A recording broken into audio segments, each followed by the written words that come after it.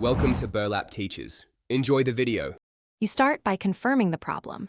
Run a 3 to 5 minute ping test to Valorant servers and watch jitter variations.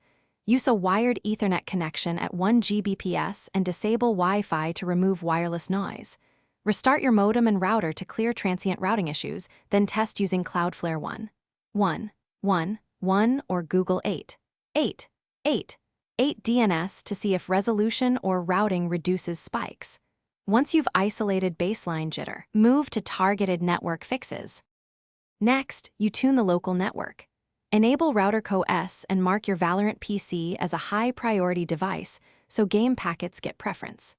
Once done, stop background uploads and cloud sync, turn off Windows delivery optimization, and pause OneDrive or Google Drive while testing.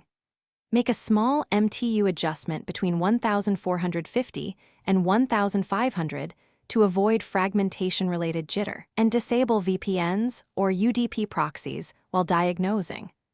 Finally, update your network adapter drivers and check advanced NIC settings like interrupt moderation and hardware offload.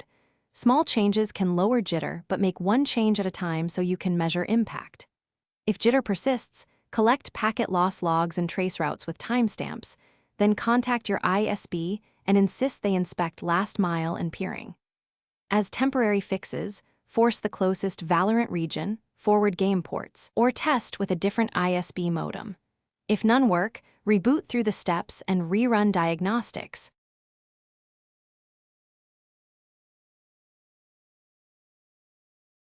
Thanks for watching. Consider subscribing if this video helped you.